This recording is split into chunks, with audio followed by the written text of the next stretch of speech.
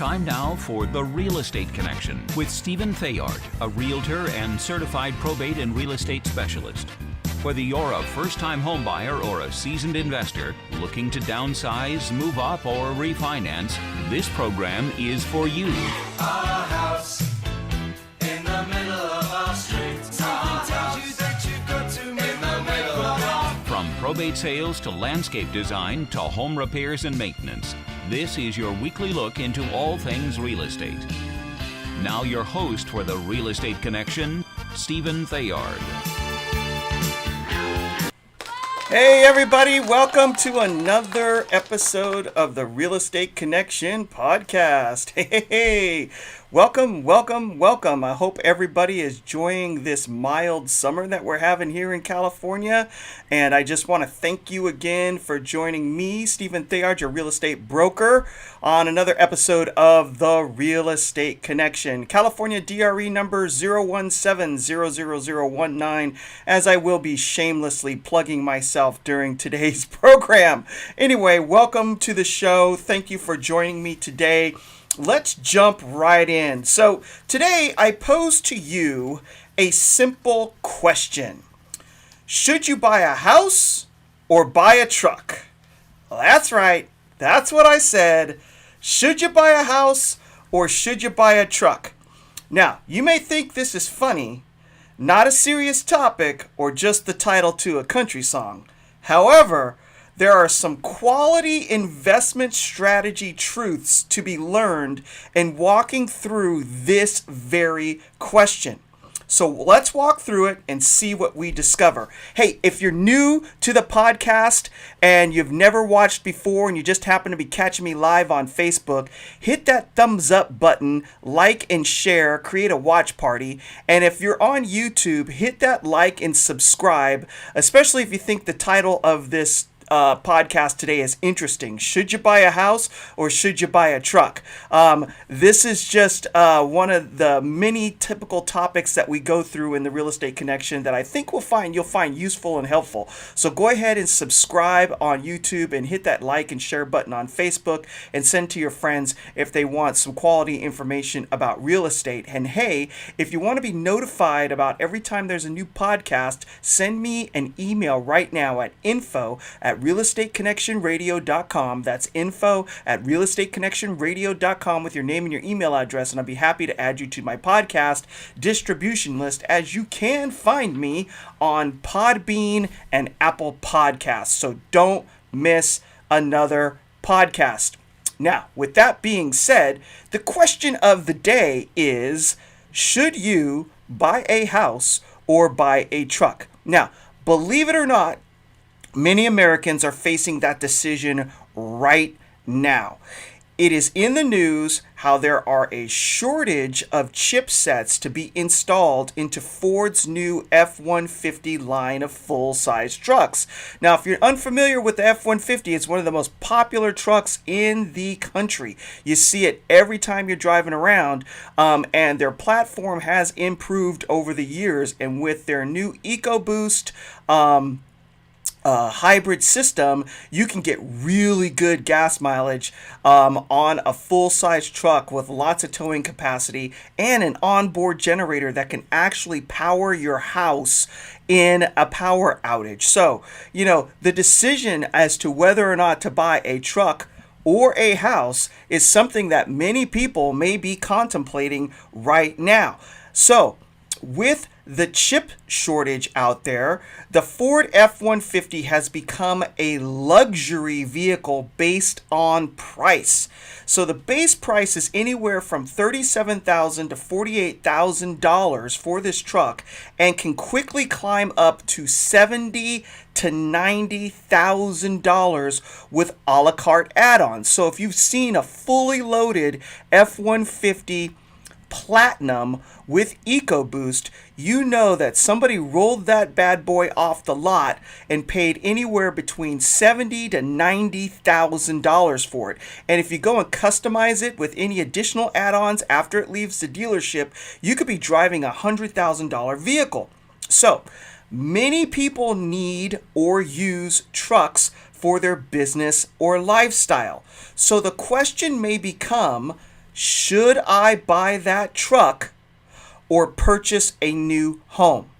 So for those who live in high cost of living states such as California, buying a new truck may disqualify you from being able to purchase a new home due to your increase in debt. Because when you're getting a loan, they look at your debt to income ratio, which is basically a measurement of how many bills you have to pay monthly versus what your gross monthly income is coming in the door.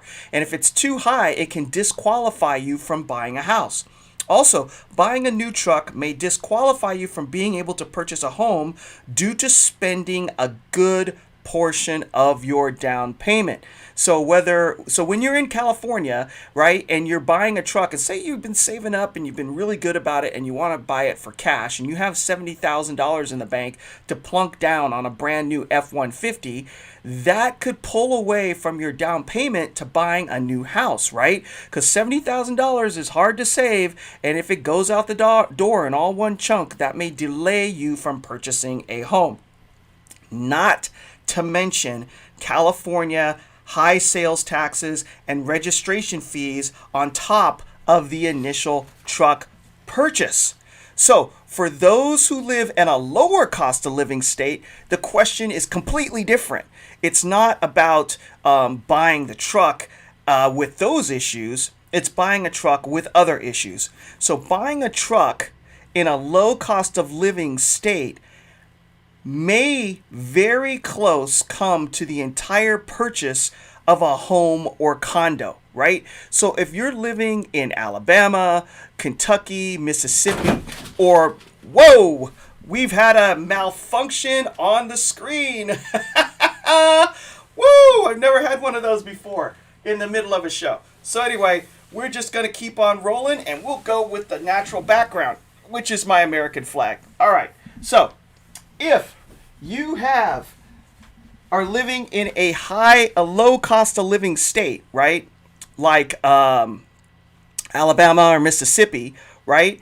And it may be that for the entire purchase of a home, that may be the cost of a truck, especially if you're looking at a smaller single family home or a condo, right? So it's either I could buy this truck outright or I could buy a house. So truck prices in the mid 60s to high 70s could mirror a condo purchase or small single family home. So how do you justify purchasing a vehicle that is essentially the same price as a house or a condo? That's the question when you're in a lower cost of living state. So the purchase of a truck also is a liability, right? And so we're going to get into that. So again, if you're in a low cost of living state, right, the purchase of that fully loaded F-150 may be the entire purchase amount for a house or a condo. In a high cost of living state, it could be that it disqualifies you from purchasing a home because your debt to income ratio is going to go up, or all of that money that you've been saving for a house just went into a truck and you no longer have enough of a down payment. All right. So if any of this is resonating with you, by the way, and you have questions about your particular scenario, give me a call. Stephen Theard, your podcast real estate broker. Wow, was on the radio for so long that just popped right out of me. So I'm your podcast real estate broker. Give me a call, 408-472-0817. Again, 408-472-0817 if you have any questions about your particular situation. All right, so we're getting back to the topic. All right, so also the purchase of a truck is a liability. So you may be asking yourself, what is a liability, right? A liability is the purchase of an item that decreases in value, does not produce income, and has a cost of ownership, right? So not only are you looking at the cash outlay, but you're buying a liability. Trucks, on the positive, have a high utility value. So if you have a business and you need to haul things around and you just need a truck, whether you're going over dirt roads and terrain, and it's just, part of your overall lifestyle and how you live or the business you're conducting, trucks do have a high utility value. However, new trucks lose value as soon as they are driven off the lot. New trucks cost money to insure. New trucks cost money to register. New trucks cost money in sales tax to acquire, and new trucks cost money to fuel now more than ever. That's why people are looking at the hybrid models, because fuel efficiency is important, especially if you want something that's still running gasoline in case the power goes out and you don't want a full electric vehicle and have the liability of not being able to get around if you should not be able to charge your truck up if we lose power for any reason. Also, new trucks cost money to maintain. So all expenses and no cash production make trucks a liability. So, but with the purchase of a home, it's an asset. So what is an asset, you may ask? An asset is an item that maintains or grows in value over time, and one that produces value of income. All right, produces value, or income, right? There's a typo on my notes. So it produces value or income. A single family home, condo, or multifamily home, one, will maintain its value over time. One, because land is finite. They aren't making any more of it. All the land that's on the earth is what it is. We don't get any more or any less, right? So there's just a finite amount of land, so it maintains its value. There's a fixed supply. Also, a single-family home, condo, or multifamily home can grow in value over time for various reasons. Also, you can produce income off of a single-family home if you rent it out. It has utility value, shelter, place to live, raise a family, memories, and also increases wealth over time through equity or paying down the loan. Also, a house can also increase generational wealth by being passed down to heirs. All right, so that means people who are in your line of succession. So if you pass away, then it can go to your children or brothers, sisters, aunts, uncles, grandchildren, nieces, nephews, right? So, given that, a truck, one, is a lot of money. Two, in a high cost of living state, it could disqualify you from buying a home. Three, in a lower cost of living state, it could be the decision of, do I buy this truck for $60, $70, $80, $90, $100,000, or buy a house that costs the same amount of money? So that's a big deal. And then a truck is a liability because it loses value over time as you own it, and it costs you money to maintain. Whereas buying a house is an asset. It maintains its value and has the ability to create wealth or produce income. So the question is, what do you do? Do you buy a house or do you buy a truck? Well, here's the answer. You buy both, right? So you may be thinking to yourself, what? Everything you just have told me says it's one or the other. However, the answer is you buy both. Well, you may be asking your question, Stephen, how does that work? Well, here's how it works. If you live in a high cost of living state or a low cost of living state, it works the same. So step number one, you save the money to buy the truck for cash. All right? So you do whatever you have to do. You put money away for weeks, months, years, however long it takes. You put that money away to buy the truck for cash. Then you use the money for the truck to purchase a home in a low cost of living state. So let me repeat that in case you missed it. You buy a house with your truck down payment money in a low cost of living state. Yes, you can buy real estate in a place where you do not live. For all of my California friends who feel like you're stuck in this state where it costs so much money to buy a house and you just can't seem to get a leg up, you don't have to buy a house here. You can buy a house in another state: Mississippi, Alabama, Kentucky, Texas, Louisiana, North Carolina, South Carolina, Florida, Montana, Idaho, Oregon, Washington, wherever it is where you can get into a property for a lot lower than you can in California, Arizona. You can buy a house not living in while you live in California and not living in another state. All right. So put the $50,000 to $70,000 down into the home that you want. So you take that 70 grand, that 80 grand, 90 grand, 50 grand, 60 grand, you go into a lower cost of living state, you find a nice neighborhood, you buy a house. Then you rent the home that you just purchased to a good tenant. Now, this is the important part. This is key. You need to buy either a multifamily home or a standard 3-bedroom, 2-bath home, and don't put a lot of carpet in it. Buy a house and install luxury vinyl tile, laminate, or hardwood flooring, so it doesn't get torn up real easy by your renters. And then when they turn over and you get new renters, you don't have to replace the floors. Buy that home and rent it out to a good tenant. Hire a local property manager to manage the property, and then you collect the rent. Now, here's the next step. You use the excess cash from your rental receipts to save another decent down payment for the truck. You hear me? You take those rents, you collect them back, you save a few months of them, collect a decent down payment for that truck, and then you buy your truck. Now, you use the rent being received from the house that you just purchased to make the payments on the truck. Thus, you've purchased an asset that's kicking off cash, producing income, building wealth.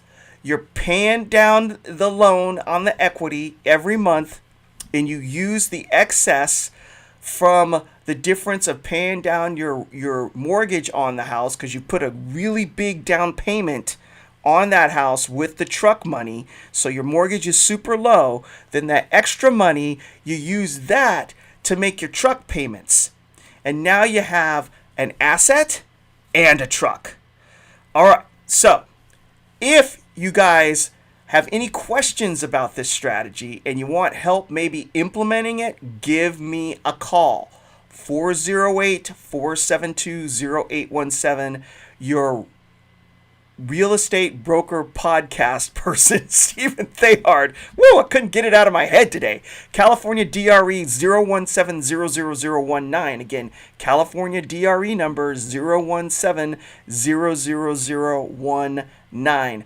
Call me. Let's talk about this strategy. It could work for you if I can think it up, or I've read about it actually in a book, the overall strategy. But as far as buying a house versus buying a truck, that's all me. Give me a call, 408-472-0817. Or if you have friends or family that are looking to buy or purchase in the near future and they'd like a qualified real estate broker to help them out along their journey to get it done as efficiently and for the most money as possible for selling, and to get your offer accepted in this tough buyer's market, tell them to give me a call, 408-472-0817 as well. California DRE number 0170019. So that's it. You have a new truck that is an asset paying, you have a house that is an asset paying for a new truck over time. Easy peasy. Call me today. So I leave you with this. Have I not commanded you? Be strong and courageous. Do not be afraid. Do not be discouraged. For the Lord your God will be with you wherever you go. Joshua 1:9. So, implementing this strategy is simple on its face, but it takes courage. It takes fortitude to move forward and take the first step, because if you've never done this before, I'm not saying that it's not scary. It is a scary thing to buy a house in another state. Trust people to get it done for you along the way, and that it's going to work out. And never from the beginning of a goal to an end is it a straight line. There's going to be obstacles to overcome, but you can do it. You can do it. Be strong and courageous. Do not be afraid. Do not be discouraged, for the Lord your God will be with you wherever you go. And that's it for another episode of the Real Estate Connection podcast. So God bless you. God bless the United States of America. And we will see you next week on another episode of the Real Estate Connection with your podcast broker, Stephen Theard. Thank you so much. Take care. And we will see you all next week. And here's the outro. This has been The Real Estate Connection with Realtor and Certified Probate and Real Estate Specialist Stephen Theard. Licensed Cal BRE number 0170019. For more information on this program, visit realestateconnectionradio.com. To contact Stephen directly, call 408-472-0817 or email info@realestateconnectionradio.com. And be sure to tune in next week at this time for The Real Estate Connection.